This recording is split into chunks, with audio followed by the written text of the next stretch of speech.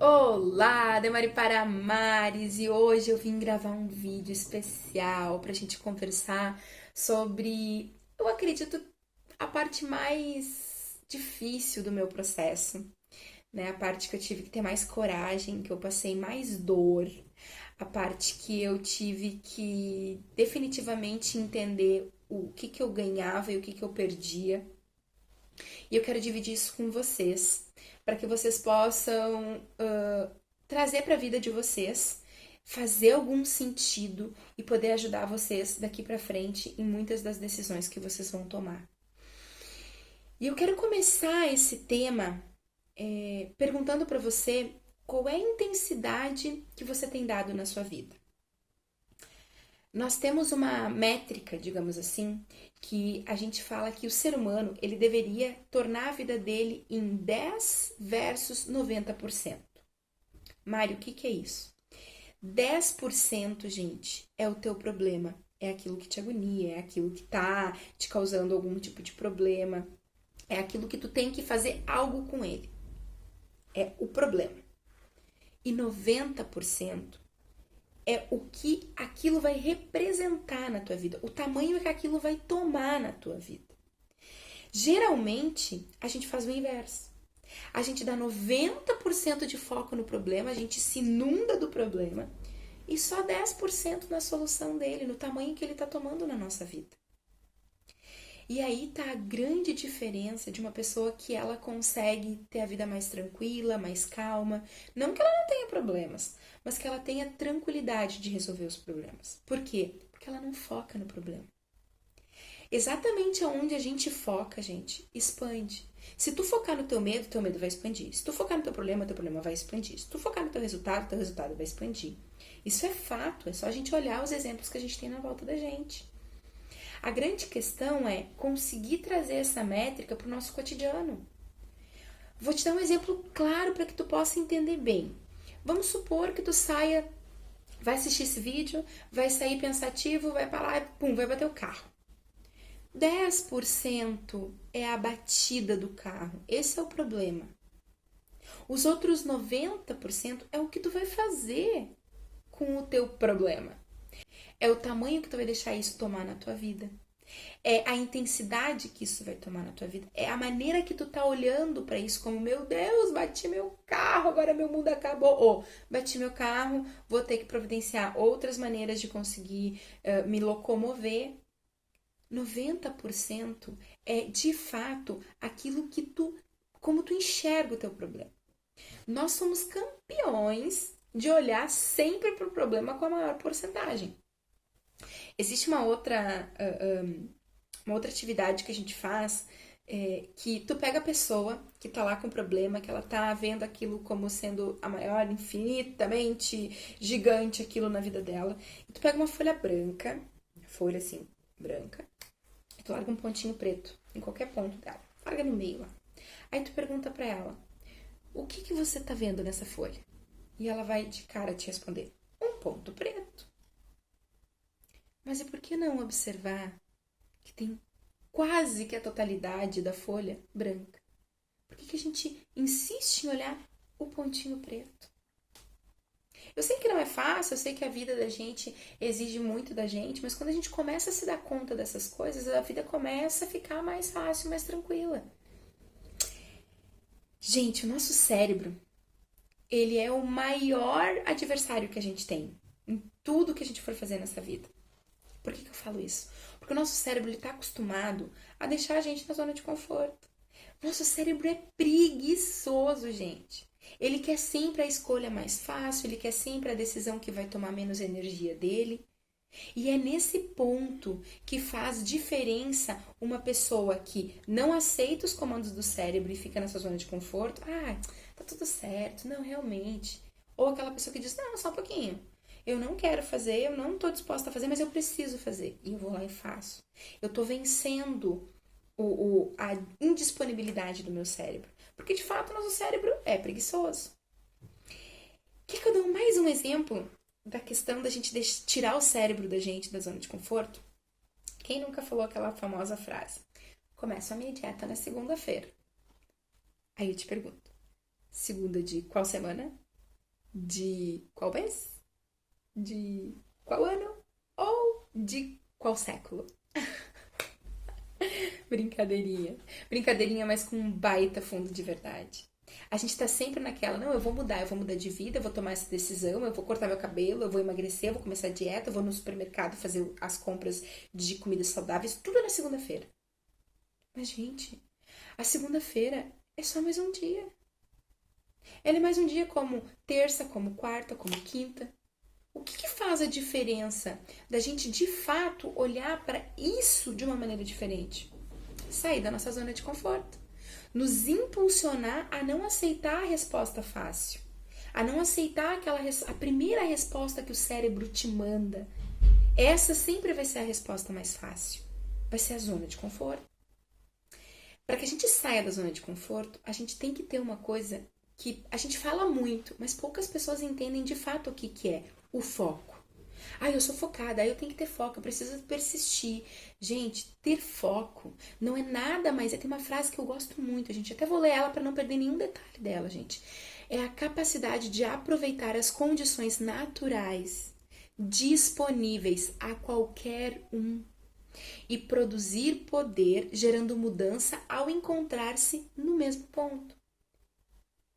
A gente pensa que foco é não desistir, é ter persistência, é a gente daqui um pouco fazer muito além daquilo que a gente poderia e aí a gente vai se cansar e não vai conseguir dar seguimento. Quando foco é tu juntar aquilo tudo que tu tem naquele momento e focar e botar naquele mesmo ponto, encontrar o ponto. Por isso, gente, a importância da gente ter metas, da gente ter um objetivo, da gente saber onde a gente quer chegar. Sem que isso aconteça, a gente não vai conseguir focar. Imagina uma pessoa que quer emagrecer, mas quer comer tudo. Uma pessoa que quer juntar uma grana e uma pessoa que quer aproveitar a vida. Ela vai conseguir ter foco no quê? Se ela tem dois objetivos completamente diferentes. Agora, quando ela sabe exatamente onde ela quer chegar, ela consegue, olha, eu quero perder 10 quilos, eu quero ter uma vida saudável, eu quero poder usar tal roupa, eu quero poder me sentir livre, eu quero poder cruzar as minhas pernas.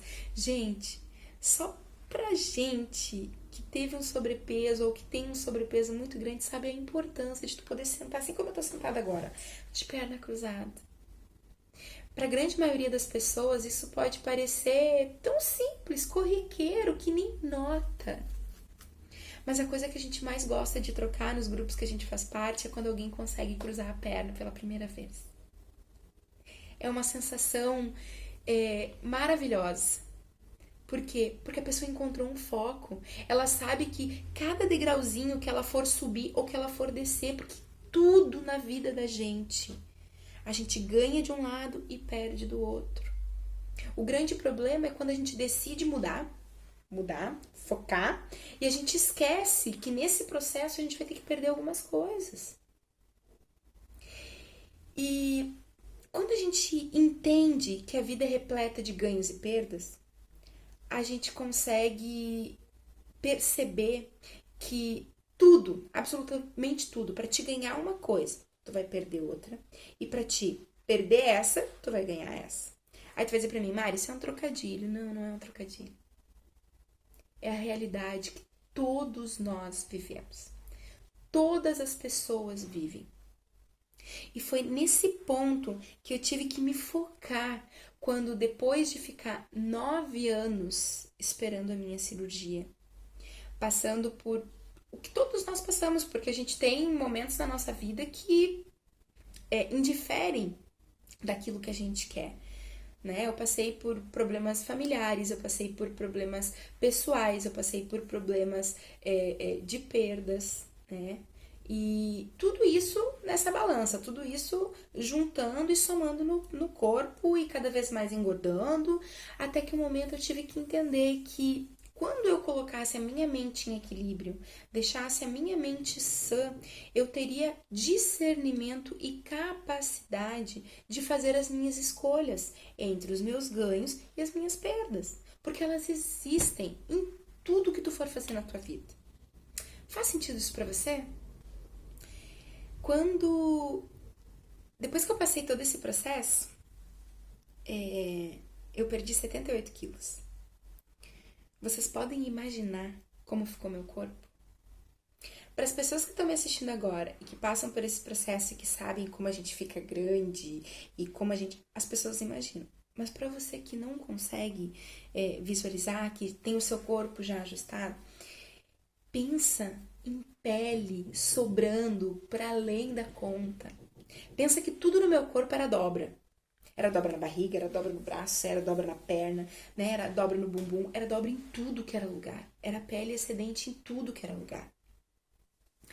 E com 1 ano e 8 meses de cirurgia, 1 ano e 8 meses, 1 ano e 9 meses, para ser bem exata com vocês, eu fui chamada pelo pessoal, pela equipe dos cirurgiões plásticos do hospital que eu realizo o meu processo. E para minha alegria estava ali a minha cirurgia. Opa! Vou poder fazer a reparadora, que é a grande a grande menina dos olhos da gente, né? Porque a gente quer emagrecer, a gente quer ficar bonita, a gente quer consertar aquilo que, querendo ou não, a gente estragou durante um tempo, né? Pra gente ganhar o prazer de comer, de ter uma vida livre, né? A gente perdeu saúde, a gente perdeu o corpo bonito, a gente perdeu muitas coisas. Então, quando eles me chamaram, eu tive que entender que ali eu precisaria ter muito foco. Por quê, gente? Todas as consultas que eu ia, os médicos sempre me deixavam muito claro que para mim fazer a remoção daquelas peles, eu teria que ter muitas cicatrizes. Gente, eu me orgulho muito das minhas cicatrizes. Eu não tenho problema nenhum em usar uma roupa que apareça minha cicatriz do braço, porque eu tenho cicatriz no braço, tenho cicatriz no abdômen, eu tenho cicatriz no peito, eu tenho cicatriz no quadril, eu tenho cicatriz na perna. E eu sempre costumo dizer que elas são o mapa da minha história. Elas traduzem tudo o que eu vivi, o que eu passei. E quando eles me traziam isso, Mari, olha só, eu quero que tu entenda que para fazer essa remoção vai ficar sem a pele, mas a preocupação deles sempre foi muito grande em me deixar claro que eu ficaria com uma cicatriz muito grande. E a minha decisão sempre foi unânime. Eu dizia, eu não tô preocupada com isso. Tu sabe por quê? Porque eu sabia onde eu queria chegar. Eu tinha minha meta clara. Eu tava em congruência com os meus valores e eu podia decidir com toda a convicção. Não estou falando que eu não tinha medo. Gente, eu sabia exatamente aonde eu queria chegar. Porque se não fosse eu ter convicção de onde eu queria chegar, eu acho que eu nunca teria conseguido. Gente, pensa em dor que eu passei. Pensa em medo que eu tive que superar, porque a gente escuta falar tanta coisa de cirurgia. Ai, tu vai fazer plástica porque fulano aconteceu isso. Assim como no processo bariátrico, nas plásticas não foi diferente, foi até um pouco mais aterrorizante para mim. Quando eu pude ter a felicidade de escolher a cirurgia que eu queria fazer primeiro. Então eu escolhi a abdominoplastia, que pra mim era a parte do corpo que mais me incomodava, porque eu pesava 155 quilos, eu perdi 78 quilos, então assim, ó, eu tinha muita sobra. E, cara, eu quero dividir com vocês uma parte que eu me orgulho. Eu me orgulho muito dessa parte, porque eu fui fazer, né, a minha abdominoplastia feliz, né? Quem é que não vai fazer? Nossa, eu tô fazendo abdominoplastia e tal. Quando eu internei, fiz a cirurgia, quando eu acordei no outro dia no hospital, eu sempre fui de me ajudar muito, eu sempre queria acelerar muito o processo para que eu pudesse logo ir para casa. Então eu sempre chamava a enfermeira, perguntava o que eu podia fazer, se eu podia fazer xixi, se eu podia tomar água, o que eu podia fazer para mim entender até o tanto que eu podia movimentar o meu corpo. Aí chamei ela, conversei, aí ela veio conversar comigo, daí ela disse que estava muito admirada, que eu não tinha pedido medicação para dor, e eu disse não, que eu não tava com dor e tal, que eu era muito forte e tal, conversando e pá. Aí chegou o meu médico. E ela foi contar isso pro médico. Ele disse: Nossa, doutor, o senhor trouxe uma paciente agora pra nós aí que ela não reclamou, ela não chorou de dor, a coisa mais querida. E eles conversando, gente, e ele tirando a minha banda né? Porque a gente fica cheio de pano na barriga, né? E eu ali conversando, dando risada pra eles, que eu não tinha chorado, não tinha sentido dor, não tinha nada.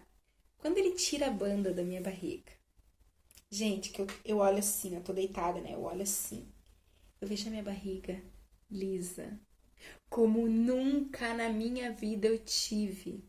Perfeita, a cintura modelada, mesmo que inchada, né? Mesmo que toda que a gente fica depois. Gente, eu caí num choro e eles ficaram sem reação. Eles ficaram, mas o que que houve? Tá doendo? O que que aconteceu? Porque daí tu tira a cinta, né? Quando tu tira a cinta dá aquela sensação. E eu não conseguia falar pra eles que aquele choro era de emoção, que aquele choro não era de coisas ruins. E aquilo ficou muito marcado em mim, a importância de saber onde eu queria chegar. E quando tu chega, por mais difícil que seja, quantas coisas a gente tem que abrir mão, quanta dor a gente tem que passar, quanto tudo acontece na vida da gente. Mas tu chega, tu adquiriu, tu pegou na mão, tá ali, é teu, é real. Isso não tem preço. Aí depois veio a minha cirurgia dos quadris, e aqui eu tive que ter muita confiança nos médicos, porque eu tive que fazer um preenchimento no glúteo. E eu não queria, porque a vida inteira eu sempre fui enorme, grande. Então tudo que eu não queria era preenchimento. Né? Eu queria que tirasse. Tira, pelo amor de Deus, tira. Era o que eu dizia, era a minha frase. Aí a confiança que tu tem que ter nos profissionais que tu chama para esse processo. Porque eu sempre ouvi muito bem o que eles me falavam e sempre dei muito crédito ao que eles me traziam. Então, eu sempre cheguei no meio termo. Então, o quadril, gente, foi uma cirurgia muito sui generis, porque eu tinha um corte do cox, que ele vinha, passava pela cintura e ele vinha até o início da virilha. E eles emendaram com uma parte das pernas. Então, eu tinha basicamente um corte que fazia a minha circunferência. Aí vocês podem imaginar como tu vai conseguir ficar bem assim? Sentada não dava porque tu pressionava essa parte, deitada não dava porque tu ficava em cima, de lado tu pressionava. Gente, eu tive que voltar do hospital. A minha cidade, até onde eu operava, que era na capital, era mais ou menos uns 70 quilômetros. Eu tive que voltar de ambulância, porque não tinha opção. No carro eu não tinha como me dobrar, eu não tinha o que fazer. E foi a cirurgia que eu mais passei dor. Eles liparam toda a minha parte posterior aqui da coxa e eu sentia muita dor, muita dor. Muita dor a ponto de dizer, meu Deus, o que que eu fiz? Eu não quero nunca mais fazer isso. Gente, eu tô louca. Porque não pensem, vocês, que todos nós não passamos por algum momento desses. Meu Deus, não acredito que eu fiz isso. Por que que eu fui fazer isso? Todos nós passamos. Mas eu quero te trazer que quando tu sabe exatamente aonde tu quer chegar, quando tu consegue conscientemente entender o que que tu ganha, do que tu perde, tu consegue pagar o preço que for. O problema é que quando a gente tá à deriva, a gente não consegue entender isso. A gente não consegue entender nem o que que é foco. A gente não consegue entender nem que o nosso cérebro é preguiçoso e que a gente tem que lutar contra ele. Aí logo depois dessa cirurgia que me doeu muito, foi uma cirurgia que eu fiz 3 dias antes do meu aniversário. Então eu passei meu aniversário acamada. Meus amigos foram lá em casa, a gente comemorou, aquilo foi um momento bacana e tal. Aí depois do quadril terminei as pernas numa outra cirurgia que foi um pouco mais tranquila. Os braços foi uma cirurgia muito tranquila. E o silicone eu optei por último. E todo mundo me pergunta isso, Mari, por que que tu optou pelo silicone por último? Porque, gente, o peito pra mim, o silicone, era basicamente estética. Era uma estética, isso é a minha opinião. Era uma estética que pra mim eu conseguia consertar, colocava um sutiã, né, um pouquinho mais justinho, uma blusa que tapasse tudo. Agora, o braço não tinha o que fazer, tava ali aquele, né, por mais que tu colocasse aquilo ficava. A barriga, gente, por mais que tu usasse cinto, tu tava sempre apertada, tu não conseguia nem respirar. As pernas tu não podia botar bermuda porque saía pra fora, né, a partezinha mais perto do joelho. E o silicone tu conseguia botar. E aí foi muito engraçado que eu sabia onde eu queria chegar. Sempre soube, gente. Eu sempre tive em mente o corpo que eu gostaria de ter.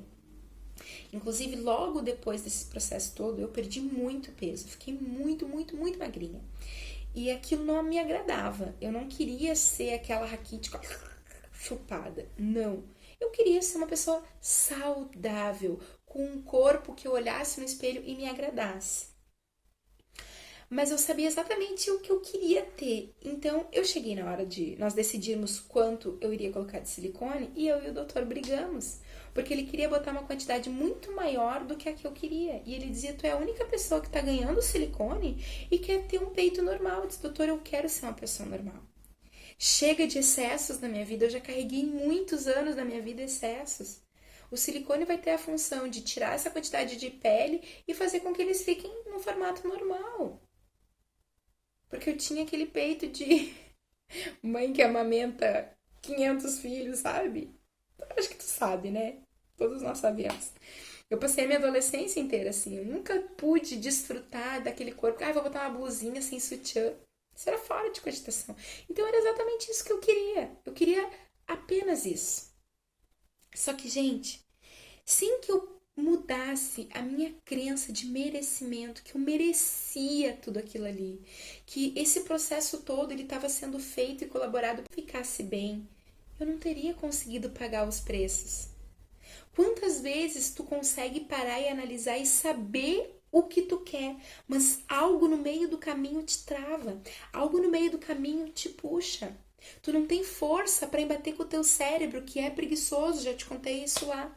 Aí tu foca automaticamente nos 90%, que não é na solução, e sim que é o teu problema, o teu medo, a sensação de frustração, tudo que nos falam. É tão importante esse processo de autoconhecimento e percepção das tuas crenças para que o processo inteiro possa evoluir, para que tu possa realmente, de fato, chegar naquela segunda-feira, sabe? Naquela lá que eu contei lá no início, que a gente não sabe nem o século que a gente colocou. E que ela não precisa ser a segunda-feira literal. Segunda pode ser segunda, terça, quarta, quinta, sexta, sábado, domingo. Afinal, a segunda, ela apenas representa o teu start. O momento que tu disse pra ti, agora chega, eu vou me conhecer, vou encontrar qual é a minha crença limitante, o que tem feito com que eu não tenha força e foco para embater o meu cérebro e dizer, até aqui tu veio, daqui pra frente quem comanda sou eu. Tá preguiçoso? Levanta, porque eu também tenho que levantar da cama quando eu tenho sono. Levanta que eu também tenho que fazer as coisas quando eu preciso. Só que tu só vai conseguir fazer isso destravando aquilo que faz você focar nos 90% do seu problema. Conscientemente, ninguém quer focar no problema. Tô certo ou tô errado?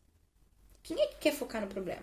Só que quando a gente vê, tu tá tão presa naquilo que tu tá lá olhando só pro ponto preto. Isso é intrínseco. Isso é do ser humano. E a gente tem que lutar contra isso pra gente conseguir atingir os nossos novos resultados. Mas só vai atingir novos resultados quem consegue entender a sua crença de identidade, a sua crença de merecimento e a sua crença de capacidade.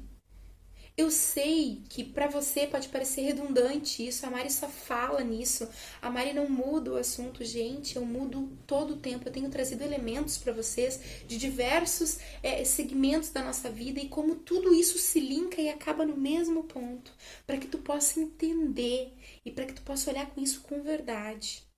Sem fazer isso, sem modificar isso, a gente não consegue fazer o resto. As outras coisas não vão para frente. Isso é fundamental. Quando você se der conta disso, a segunda vai passar a terça, vai passar a quarta, porque ela simplesmente vai ser um marco de um start. Pode ser dessa semana, desse mês, desse século. A mudança ela acontece. Então, essa semana eu quero propor para você a realização de uma ferramenta. Ela é muito simples. É só seguir o passo a passo dela. Né? São 5 respostas que você vai dar. E nessas 5 respostas você tem que usar toda a sua verdade, que é uma ferramenta que a gente chama de perdas e ganhos. Que ali você vai parar. Naquele momento, o que vai acontecer? Tu vai parar e tu vai olhar para dentro de ti. E tu vai entender, seguindo aquela ordem, o que tu ganha e o que tu perde para atingir o teu sonho transformado em meta. Porque sonhos, se não se transformam em metas, são meramente sonhos. Tu vai viver eles só quando tu dorme.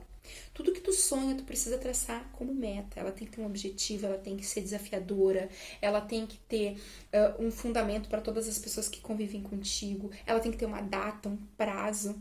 Ele não precisa ser curtinho, ai, vou fazer isso amanhã, vou perder 10 quilos em uma semana. Não, ela pode ser a longo prazo, mas ela tem que te desafiar para que tu possa ter força e foco de tirar o teu cérebro da zona de conforto e tu possa focar nos 10% e não nos 90%. A ferramenta vai estar disponibilizada lá no meu site. A gente vai gravar um vídeo certinho para que tu possa, né, ter toda a condução da ferramenta e tu possa potencializar ela. É só tu ir lá, só tu ir na minha bio, baixar a ferramenta lá no meu site e dar uma olhada no vídeo. Gente, eu espero que isso tudo tenha feito sentido para você, que você possa olhar para dentro de si e entender a importância de tudo isso que eu trouxe aqui para vocês. Que você possa, com a minha história, com mais um pedacinho da minha história, que tu possa trazer para tua vida e realmente pagar os preços, assumir os teus ganhos, mas também assumir as tuas perdas, para que tu possa sim encontrar o sucesso. Mari, o que é sucesso? Gente, sucesso é chegar onde você deseja. O meu sucesso é diferente do teu, que é diferente do vizinho, que é diferente do marido, da esposa, do filho. Cada um de nós tem o seu sucesso. E não adianta a gente querer ficar correndo atrás do nosso sucesso olhando para o sucesso do vizinho. Porque ele é individual. Cada um tem o seu. E eu te desejo, do fundo do meu coração, que tu tenha muito sucesso. Que tu ajuste as tuas lentes. Tire esse cérebro aí da zona do conforto. E vá em busca daquilo que você realmente merece, tem capacidade de fazer e já é seu. Um grande beijo. Que tudo isso faça muito sentido na sua vida. E até a próxima semana.